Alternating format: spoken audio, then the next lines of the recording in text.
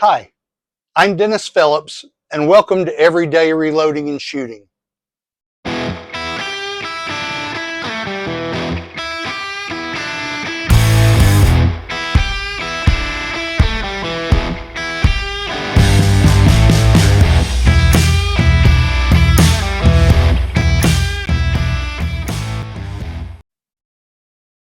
Alright, welcome back to the channel.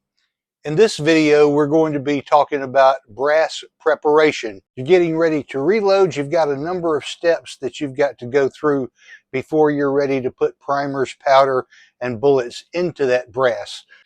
Among the various steps are going to be the process of depriming the brass, cleaning it, annealing it, lubricating it, and resizing it. And so we're going to go through each of those steps. Now there's a lot of different ways that each of these can be accomplished. With cleaning, for example, you can use a dry tumbler or a wet tumbler, or you can use a sonic cleaner. And we'll talk about some of these different methods, but basically what I'm going to be showing you is how I prep my brass for reloading. All right, so let's get started. Okay, let's say that you've just come home from the range. You've got this bag of brass that you just picked up. If it's an outdoor range, it's probably been lying in the dirt. And so what you want to do is you want to put that brass in a pan of soapy water and wash that to remove any loose debris off of that brass before you start the reloading process. Once you've washed it, you can lay it out on a towel to dry. I'll put that on a cookie sheet in the oven at about 170 to 200 degrees for an hour, and that dries it out just fine. Then, when you are ready to start, the first thing you want to do is you want to decap that. And so what I'm using is a Lee Universal decapping die, and you can decap lots of different calibers with this. So I've got the die installed. I'm going to lay out a towel so that my brass doesn't roll off of the table. And I'll lay that out here like so. And then I'm going to run each piece through the decapping die to remove the primer. And so you'll do that with every piece before we go on to the next step in the process. All right, so all of our brass has been decapped. And some would ask, well, the sizing die has a decapping function on it, so why don't you decap the brass when you're resizing it after it's been cleaned? Well, by decapping it first, what we do is we're going to put it in a tumbler, and then we're going to add these stainless steel pins. And here's a close-up. Don't know if you can see that or not. We're going to add that. And one of the steps in the process is to clean the primer pockets. I know some people don't. I like for my reloads to be like brand new when they're done. So the thing about it is those steel pins will get inside of those primer pockets and will clean that out. So that will save you a step in the process of having to clean the primer pockets later. When you get ready to reload, they'll already be clean. So now we want to add some cleaning solution and set that to tumble for a few hours. All right, so I have my brass and my steel pins. So we're going to fill this to about 3/4 full so that the brass and the pins and everything has room to move around in there unobstructed. So once we have that, I'm going to take Dawn dish detergent and I'm going to give it about a 1-second squirt. And then I'm going to take Lemon Shine, drop that in there. This is the Frankfurt Arsenal rotary tumbler, also known as the fart. So we're going to take this downstairs, put it on the tumbler, and let it run for a couple of hours. All right, so we're going to take this, put it on the base, turn it on, let it run for a few hours, and then we'll come back to it. All right, this thing's probably been running about 4 hours.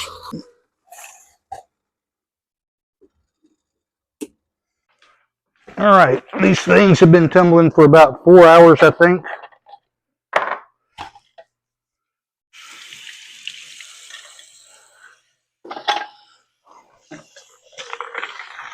Look at that. You see how dark and gray that water is? That's all that carbon inside those cases.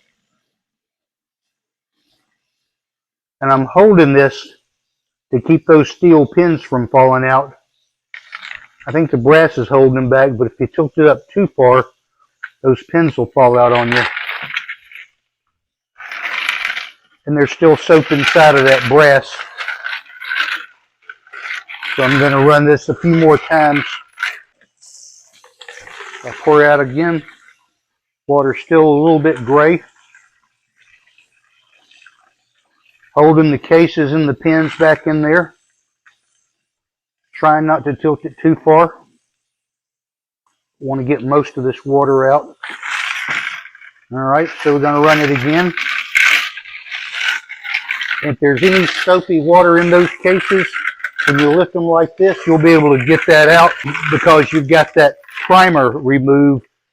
So you do this a few times until that water runs clear.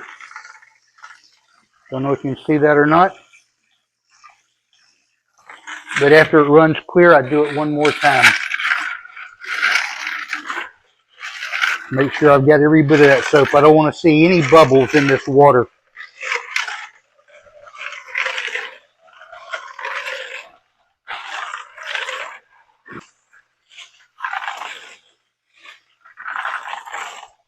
All right. So there we are.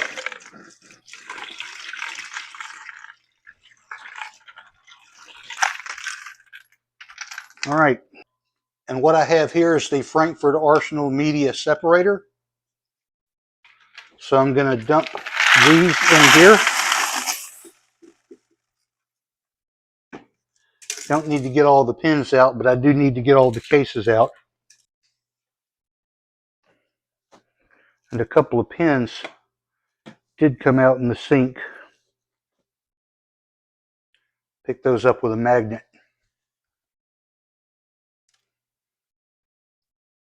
You use these a few times, you start finding them all over the place.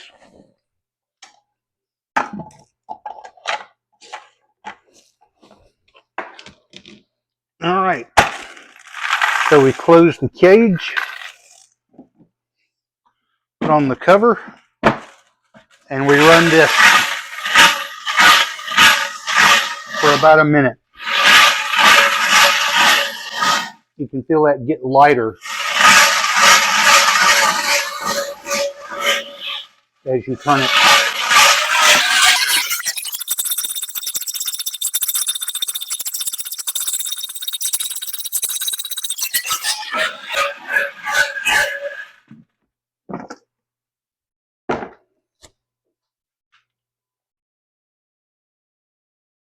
Like I say, you find them all over the place.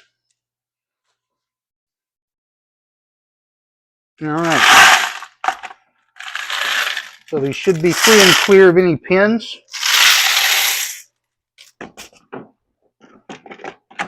We'll take this back downstairs to dry out.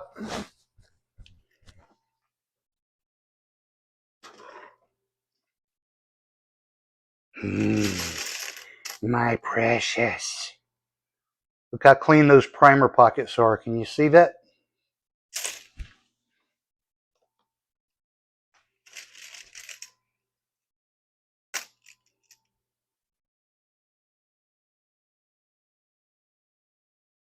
No carbon whatsoever. So I can skip the primer pocket cleaning step of the reloading process. So now I'll take these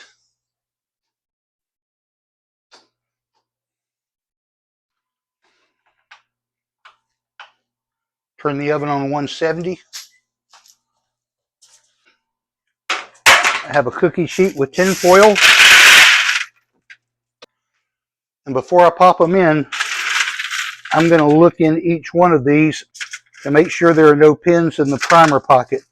I do this several times during the process because what can happen is if you go to reload these and you've got your decapping pin in your resizing die, and if there's a pin stuck in the primer pocket, you can break that pin on your resizing die.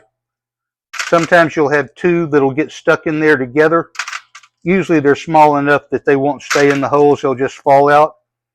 But invariably after I dry these, you know, because the inside of the cases are wet, those little things, as small as they are with a surface tension of water, they can actually stick to the inside of a case when it's wet like that. But we hope we tumbled them enough to take care of that.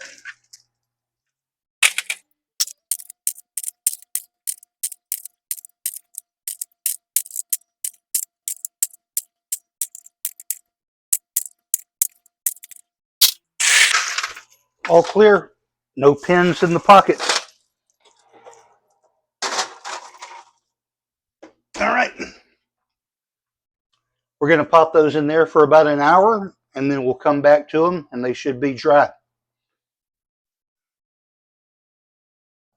All right, so the brass has been cooking for about an hour. Should be done. Let's bring it out and take a look.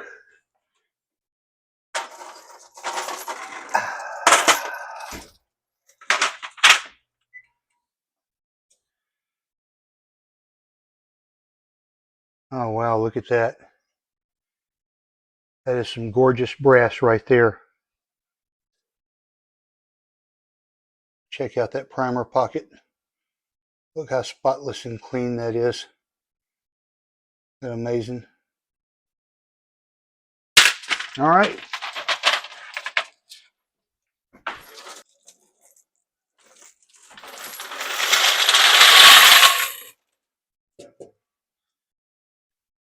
The next step, we're off to be annealed. Okay, so your brass is all cleaned up now, and your next step is something called annealing. What is annealing? Annealing is a process of heat treating your brass in order to soften the material slightly. And what this does, the reason you do this is because it extends the life of your brass. So this is a piece of scrap brass, and if you take a pair of pliers and you clamp it on to one end of that, you take another pair of pliers, you clamp it on to the other end, and you start to work that back and forth. You can bend that a few times, but after just a few times, what happens is that brass gets work hardened and brittle, and you can no longer bend that brass because it's going to break. And what happens with a piece of brass, when that round is in your rifle chamber and it's fired, that brass expands to fill up that rifle chamber, and it actually grows and gets a little bit longer, so we have to resize that brass. But it grows and gets a little bit longer, and then you resize it and you squeeze it back down, you reload it, you shoot it again, it grows and expands and gets bigger, then you reload it again, you squeeze it back down with your press, and that process of over and over expanding, being compressed, expanding, being compressed, what that does is that work hardens the brass so that eventually it's going to fail. Either a split case neck or a case separation can occur. But what happens is when we anneal brass, we actually just anneal the shoulder and the neck, because that's the part that's going to be pushed back when you run it through the resizing die. So what I've got here is just an ordinary propane plumber's torch and an electric drill, and this is a 10mm socket. So what I do is I turn the torch on, light it, adjust the flame down to where that inner blue flame is maybe an inch long, So I'll lay out this old t-shirt here. And that keeps my brass from rolling off the bench. So I'll spread that out. I got a metal pie pan here. Take a piece of brass and I'll put the shoulder in there and I'll spin it. This usually takes about 4 seconds. But you see how you get that brown ring about a third of the way down from the top, maybe a little further? That's what you're looking for. You don't want it to glow red hot, because if it glows red hot and you've gone too far, you've over softened your brass. So you want it to be softer than what it is, but you don't want it to be mushy. So let's do another one here. And I point the flame at the shoulder and I turn the drill. I spin it just moderately. And then you see that ring there that's formed there. All right. So that's what we want to do. So we're going to go through this process and then we'll be ready to lubricate the brass and resize it. And you can count how long it takes typically, and you can get an idea of when it's about to turn. So 1, 2, 3, 4, about 4 seconds to get that brown ring. And so you can time them that way. There you go.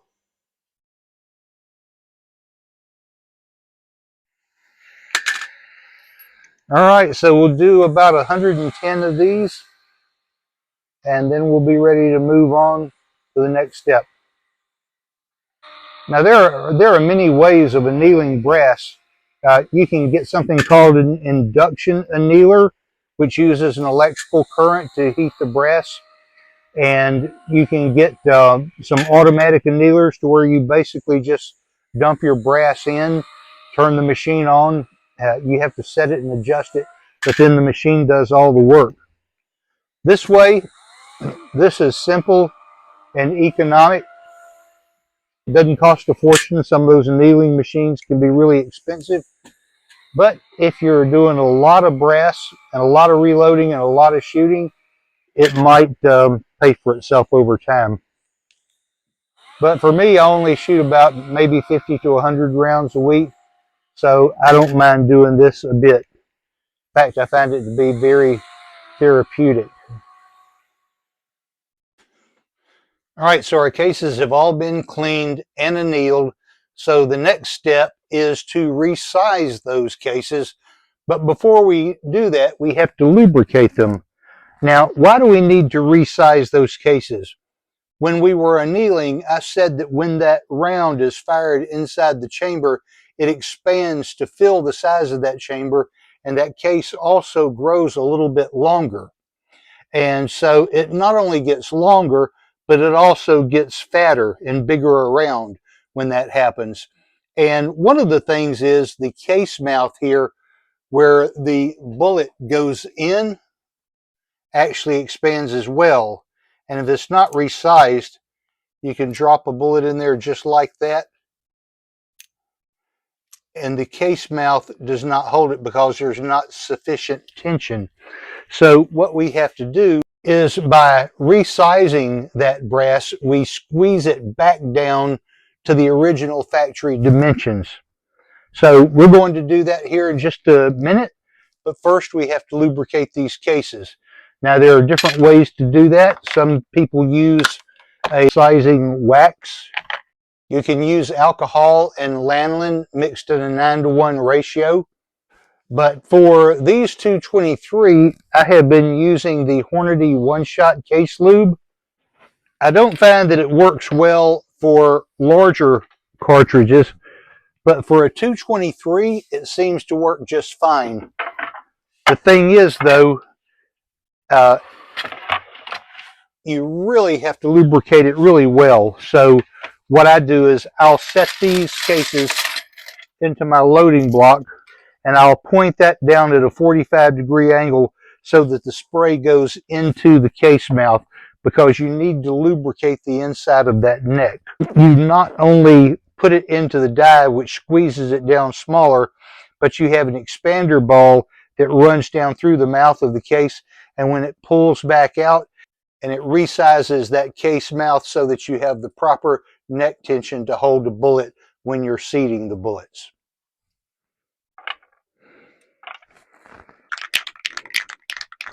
All right, so I have 110 cases laid out in my reloading block.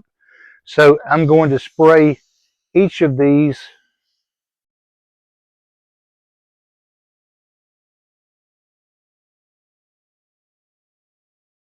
on all four sides, and I'm holding this at a 45-degree angle, and I'm pointing it towards the case mouth because you want to lubricate the inside of that case mouth.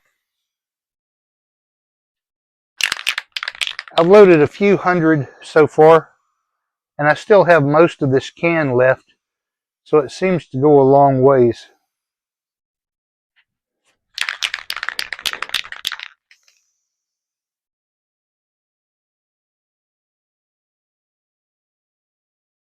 And most of this will evaporate so that it's not really wet anymore. But I'll come back and I'll clean the loading block with some alcohol after I've resized these. Your dies will come with a set of instructions on how to set those up. Mine has already been set up for my Tikka T3X. And so one of the things you want to do before you size your brass is you'll want to check the headspace. What the headspace is when you have a loaded round that's pushed all the way forward to where the shoulder of the case is touching the inside of the chamber, then the distance between the head of the bullet and the face of the bolt is your headspace. And you want that to be about 2 to 3 thousandths. Because if it's too much, so what happens is if there's too much headspace inside of that chamber, then when this round is fired and expands, if there's too much headspace, it causes the bullet to stretch too much and it actually comes apart. All right, and we don't want that. So in order to check that, I use the Hornady Lock and Load Headspace Comparator Kit. You see that it comes with different bushings, and there's a little mount that mounts onto your caliper, and I have the bushing for the 223 here. So what you do is you take one of your fired cases. So this case has not been resized. It was fired in my rifle. And so what you do is you put that in the comparator and you zero it out. Then you run it through your press. Then you put it back in the caliper and you check the headspace again.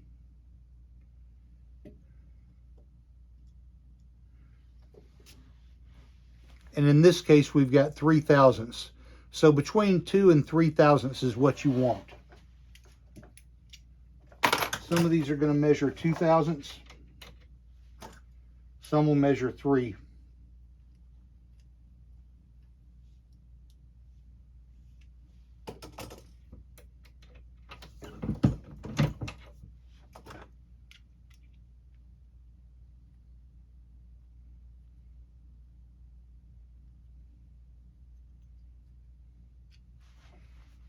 So this one's 2.5 thousandths. All right. If there's too much headspace, then what you want to do is back off of that die a little bit. So what you do is you loosen the lock ring, you back off maybe 1/8 of a turn, because what's happening is you're compressing that shoulder back too much. You don't want to push it back quite as much as what you are. So you back off of that lock ring, you back off of the die about 1/8 of a turn, you pick up another piece of brass, you check that the same way until you get to 2 to 3 thousandths. And once you have that, you set the lock ring back so that you're now in position so all of your cases can be resized without having to make an adjustment on each one.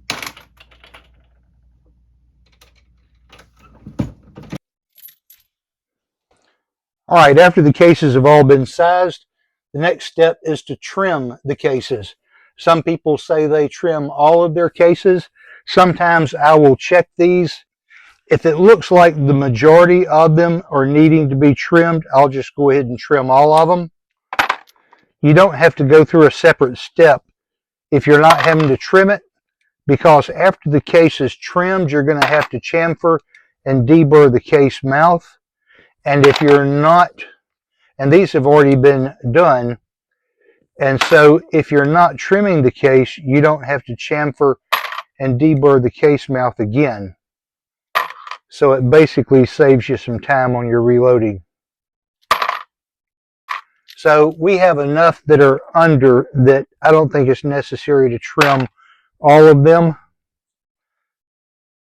because the key is to be less than 1.76 inches and the trim length is 1.75.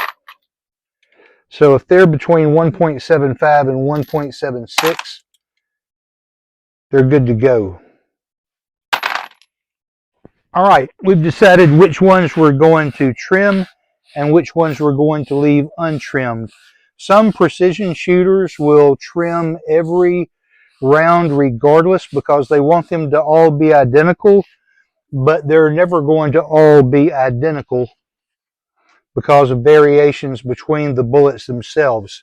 What I have here is the Little Crow Gunworks trimmer, and it's mounted into a drill press, which I already had. You can mount it into a standard electric drill. It doesn't have to be a press, but it does have to have a 1/2 inch chuck to accept this. And so there's a collet in here that is just in front of a cutting head, and you slip the round in here. We turn it on, and we slip the round in here. You can feel it cutting, and you can feel it when it smooths out and stops. I tap the case to get any loose particles of brass out of it, because we're going to have to clean those up and get rid of those anyway. So if we can get rid of some of them here before we work with the brass later, we'll be better off. Now, as far as the length on some of these, all of these were over 1.758. This one is 1.7605, so I'm going to trim it.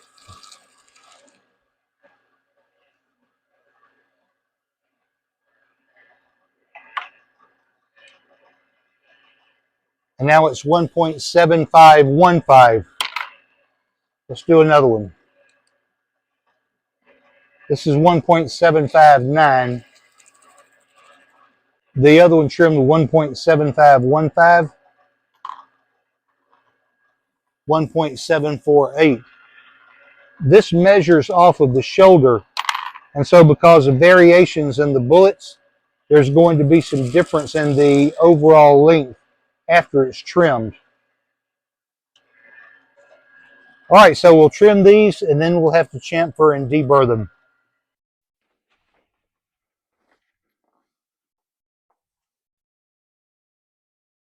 All right, so after we trim the brass, we have this sharp edge on the case mouth. See how squared off that is? And so what we want to do is we want to bevel that on the inside and the outside. That's called chamfering and deburring. So we have a machine for that. It's the Frankfurt Arsenal Case Prep Center. I'm going to set that right here. I have the rounds laid out on a towel that we're going to work on. If this were military brass, which it's not, or if it had not been previously prepped, which it has, we would use this tool to cut the crimp out of the primer pocket.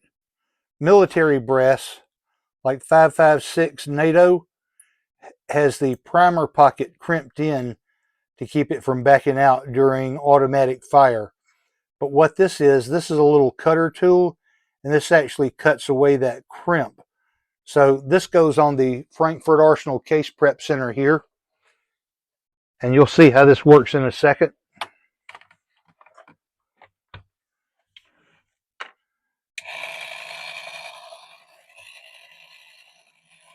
But we chamfer and deburr,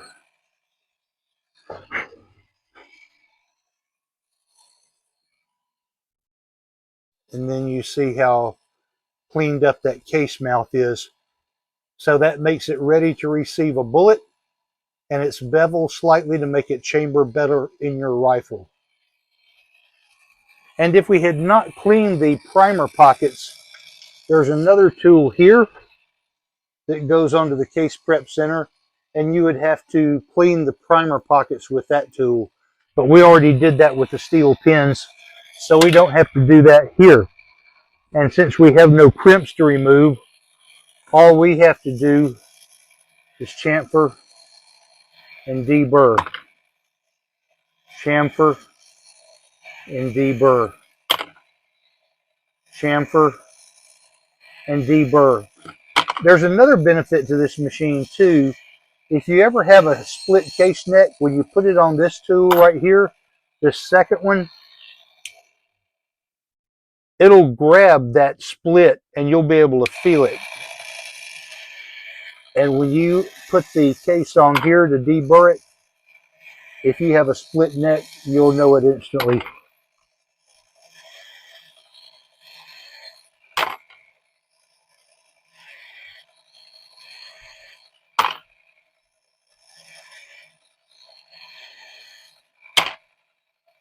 All right. Well, only about a third of the batch needed to be trimmed. So this is going to save us a lot of time by not having to chamfer and deburr every single case.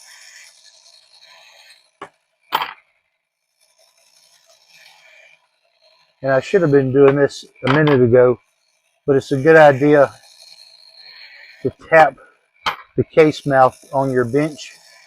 That way, if there's any loose particles of brass in there, it'll get some of those off, because we need to remove these, and we'll do that shortly once these are completed.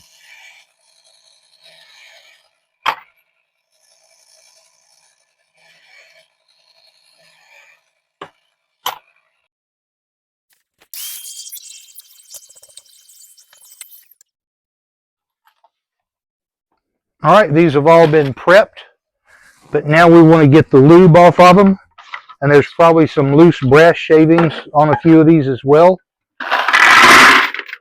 So I'm going to dump these back in the tumbler,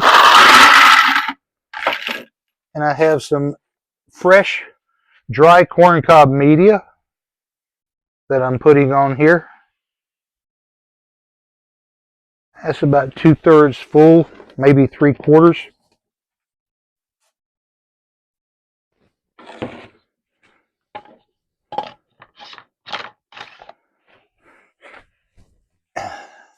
And then we put it on right here.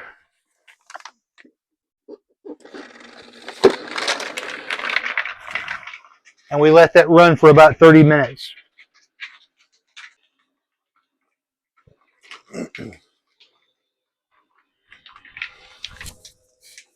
All right, I think this has been going about a half hour, maybe a little less, but it should be good. We put it through the corncob media to remove the lube from the cases.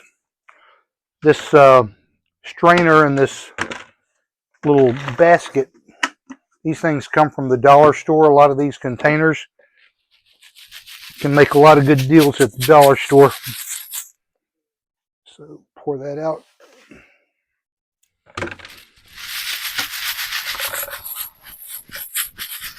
You really have to shake this good to get all this stuff out of here, because it gets inside of those cases.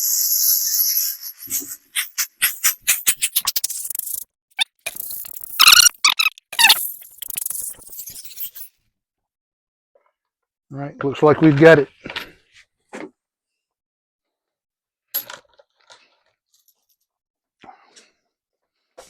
The last thing that we do is what I call the plunk test.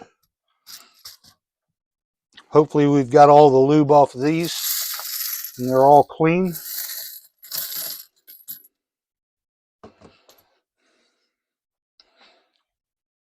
So I have this case gauge from Hornady. And what I want to see is I want to see each piece of brass fall in and make sure the head of the case is below the surface of the gauge, just like that. And then it falls out. It goes in and makes a plunk, falls out. Goes in and makes a plunk, it's below the surface of the case gauge, falls out. Now sometimes these can be a little sticky if they've got a little lube on them, or if they don't go in all the way. If you can press it in with your finger and it goes in below flush to the surface, then you're good to go. Because that's just probably some lube or something sticking, keeping it from going in.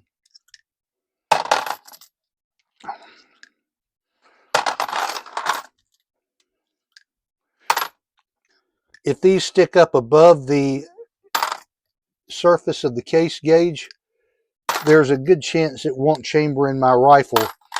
I had one that wouldn't chamber, and when I measured it, it was only 7/1000ths over the head of the case gauge.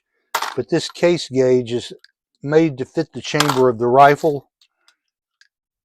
And of course, really, the real case gauge is the rifle chamber itself. But I'm not going to sit there and drop each one of these into the rifle chamber.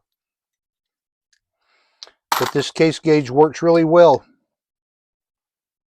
If I ever have one that's a little bit higher, or it's sticking up and I can't get it to go in, sometimes what you can do is you can turn, there may be a little nick on the case head from like the extractor. I turn it around backwards. I put it in the case gauge head first, drop it in, and most of the time it'll usually go right in because of a little nick or something on the case head. And once you clean that off, a little burr or whatever it is, then it goes right in.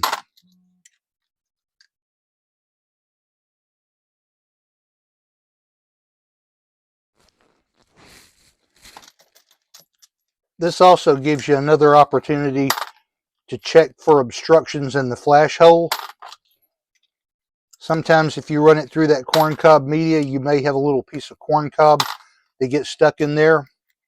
And of course, we checked on the pins, we checked the stainless steel pins, didn't see anything, but I mentioned that oftentimes I'll check these multiple times to make sure that there's no obstructions in those flash holes.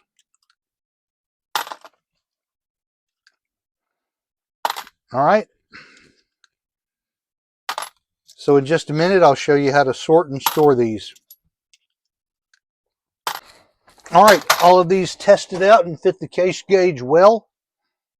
So I know from my reloading manual that the last time I reloaded these were 4 times fired brass. So now these are 5 times fired brass.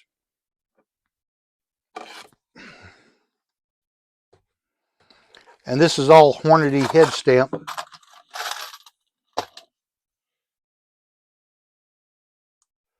I reuse a lot of labels here.